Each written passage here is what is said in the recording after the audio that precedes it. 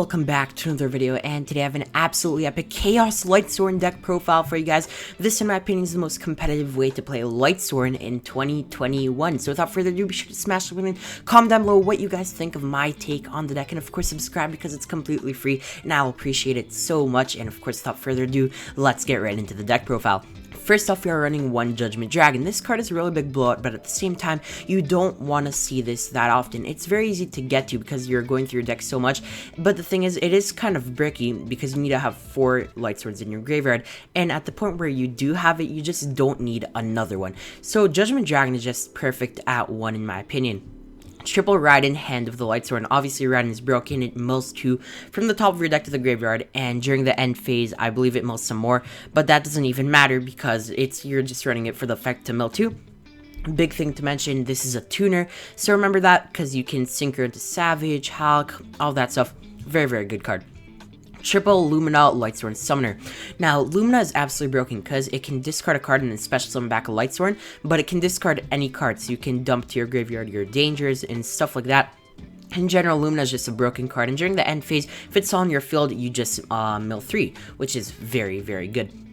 Triple Fleece Lightsworn Archer. So if you guys don't know this already, Lightsworn is a mill deck. Basically, all of the cards do stuff to mill stuff from your deck, from the top of the deck to the grave. And Fleece, along with our Double Wolf, both of them, when they are milled, you get to summon them back from the grave. Now, we are running 3 Fleece and only 2 Wolf, because Fleece is actually a tuner when Wolf is not. Now, a tuner is very important in this deck. That way, once again, we can go into our Hulk and make synchro plays with Chaos Ruler, the Chaotic Magical Dragon. By the way, if you guys want to see a combo tutorial for this deck, let me know down in the comments down below, because I would love to do that. So as I said, Double Wolf, they're both great, just Fleece is a tuner. 1 Damage Juggler, 1 Trick Clown, and 1 of our Hat Trigger. Now, let me explain this.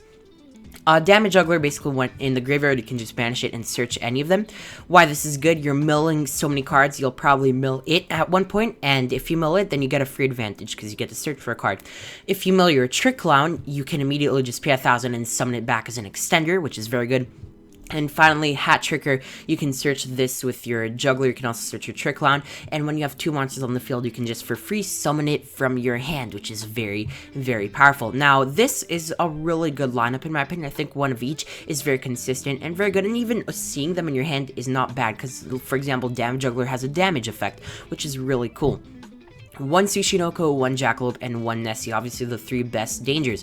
Tsushinoko, it's always going to be an extender, which is very good, because no matter what you discard, it's either going to summon itself from the hand and draw 1, or summon itself back from the graveyard. So Tsushinoko is always just a free monster on the board, which is very, very good. Jackalope is the exact same thing. It's always a free monster because you either summon it and draw 1, or discard it and summon any danger from your deck. So this was, once again, another extender. We're just pushing out the extenders as much as possible in this deck. And Nessie, once again, is always a free monster because you either summon it and draw 1, or with 2800 defense, by the way, or you can search for your Jackalope and Tsushinoko if it's discarded and then use their effect and get a free monster that way. This triple lineup stuff is amazing, and it synergizes with Lumina just so well. 1, the Chaos Creator. Chaos Creator is an insanely broken card in my opinion. That is very heavily underrated. You can also run Levianeer. Yeah, obviously it's just a very powerful card. Double Seifert along with our double Chaos Valkyria. This is a Chaos build, so we are running a bit of a package over here. Seifert obviously sends itself or anything, and then just searches for your Chaos Baby Dragons, which is very, very powerful, obviously. And our 2 Chaos Valkyrias are also very good because they're just free extenders once again. We're always going to have a Light or a Dark in our grave to banish to summon it, because if you haven't realized, we're milling so much, and there's just always going to be something to banish. That's why this deck is so powerful in my opinion. 1 White Dragon Wyvern Buster along with the 1 Black Dragon Collapse Serpent.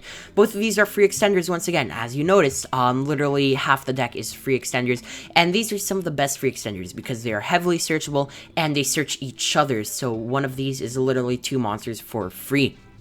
Double Malicious. Once again, you are milling cards so much, so you can just mill the Malicious and banish it, summon another Malicious from your deck. And on top of this, let's say you open a Malicious, you just discard it for your Lumina effect, and then banish the Malicious again, summon another one from your deck, another free extender. 1 Plague Spreader Zombie. This card, you can summon it off of your Hulk, and then you can revive it again. So once again, more free monsters to just steamroll the board with advantage, which is very, very good. one Blackwing Zephyros the Elite. Obviously, once again, you can literally mill it, and then if it's in your graveyard, just bounce something, summon it. Another extender. This card is just great in this deck, and I really do like it. Onto the spell lineup, you have one Foolish Burial. You can send your Felice or your Wolf in case you need an extender, or your Damage Juggler and stuff like that. And yeah, this is just a really powerful card in this deck. Rhoda. Rhoda searches you warriors, and that searches you your Raidens, so that's pretty good. Yeah, so just one Rhoda, obviously, you can't run more. It's just a really, really great card. Triple Charge of the Light Brigade. Now, Charge is one of the most broken cards in the game. Basically, it just mills 3 cards for cost, so even if they ash it, you still mill 3, which is amazing. And then it searches for any Lightsworn monster from your deck to your hand, and that is not once per turn. If you open multiple charges, you can activate multiple charges. This card is so good, you mill so much advantage with it, and then you get a free search on top of that. You can't ask more from a card, it's really as good as it gets. Triple Solar Recharge. Solar Recharge, it pitches the Lightsworn monsters, then Pot of Greeds, and then mills 2 from the top of your deck. Once again, this card is absolutely broken. Like, these 2 cards, you open these 2, you literally just win. This is an FTK. Charge and Solar. These 2 cards are just so broken, and the artworks on them are really nice too. But yeah, just being able to Pot of Greed, mill 2, and dump a Lightsworn into the grave for your Lumina is just such a powerful effect. Triple Chaos Space. Once again, searching is never bad, especially in such a chaos heavy build. You can search literally whatever you want and then just draw one with its effect for more advantage. With this combo deck, you can make some really explosive end boards. Onto the extra deck, we have, I don't know why that's there, but that's not supposed to be there. Here, that's actually a 5-headed dragon. My bad. I left that in there from before. Alright, one Chaos Ruler, the Chaotic Magical Dragon. Chaos Ruler is obviously a really broken card.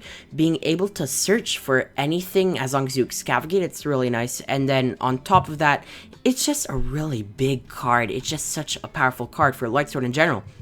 Literally milling so many cards is so good. One Savage. Savage obviously is a broken card.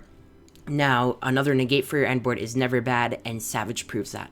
One Michael the Arc Lightsworn. Obviously, it's very good because it's spot removal because you can pay 1,000 and banish a card on the field. Doesn't have to be a monster. When it's destroyed, you can literally do so much with its effect. It's such a powerful card.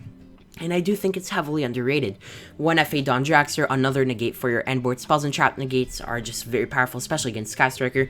And F.A. Dawn Dragster is really good in that sense. Onto the Xyz monsters. One, number 38, Hope, Harbinger, Dragon, Titanic, Galaxy. Now, Harbinger is very good. And it is clearly very good because, like, it can steal. So it doesn't even go to the grave for some of the Circle matchup. It can steal the engage. They can't even add it back with Kogari. And a lot of people forget, you redirect and attack with it in the battle phase, which is just so powerful. It's insane. One, Dingirsu. Very easy to make. Rank 8s in this deck are very easy. And yeah, Dingirsu is just a great generic rank 8. One Tornado Dragon, spell and trap removal. Once again, the rank 4s are so easy to make in this deck, and making Tornado Dragon is just too easy to not do. One Minerva. Minerva is one of the most broken cards. It literally mills 3, then draws cards equal to the amount of Lightsworns it milled, and then you get more advantage off of the cards that you milled, because Minerva is just that good of a card. Abyss Dweller for part of your end board. Obviously, a lot of cards activate in the grave and stuff like that, so Dweller just hits a lot of decks this format. Also, Salad, which is coming back a bit more. One Underworld Goddess of the Closed World. I really like this card. I think it's a very powerful card. Yeah, heavily underrated, and you can use your opponent's monsters to link summon with it, which is really cool. One Saryuja. In such a heavy combo build, you really want to have cards like Saryuja to dig into your deck a bit more and extend when you shouldn't be able to. One Appaloosa, obviously part of your end board. You have a very powerful end board, to be honest, and Appaloosa just adds to it to a point where it's basically unfair. One Curious, the Lightsworn Dominion. Obviously, Curious is just broken, especially in a Lightsworn deck, you can imagine. One Krishan Halki Firebrax. Halk is even, like, it's so powerful in this deck. So many tuners and so easy to combo with it. One 5-headed Link Dragon. Now, this card is a tech that I really like in this deck. You just use 5 monsters and bring it out, and it's just completely unaffected by everything, which is just so powerful, and it's 5,000 attack. I think it's funny, but it actually works really well in this deck. For the side deck, triple Lancia to hit those Invoke builds, triple Droll to hit more, like, Shadal stuff, and stuff like that. Just Droll's pretty good this format. Triple Dark Ruler, negate our opponent's stuff. Triple Forbidden Droplets, obviously hit even more stuff, because if we're forced to go second, we want to have these cards to be able to play play through our opponent's board. Triple Twin Twisters to hate on those backer decks. And thank you so much for watching. I hope you guys have enjoyed. If you did, be sure to smash the like button, comment down below what you guys think of the deck. Of course, subscribe completely free, and I appreciate it a ton, and I'll catch you guys in the next video. Alright, guys. Peace.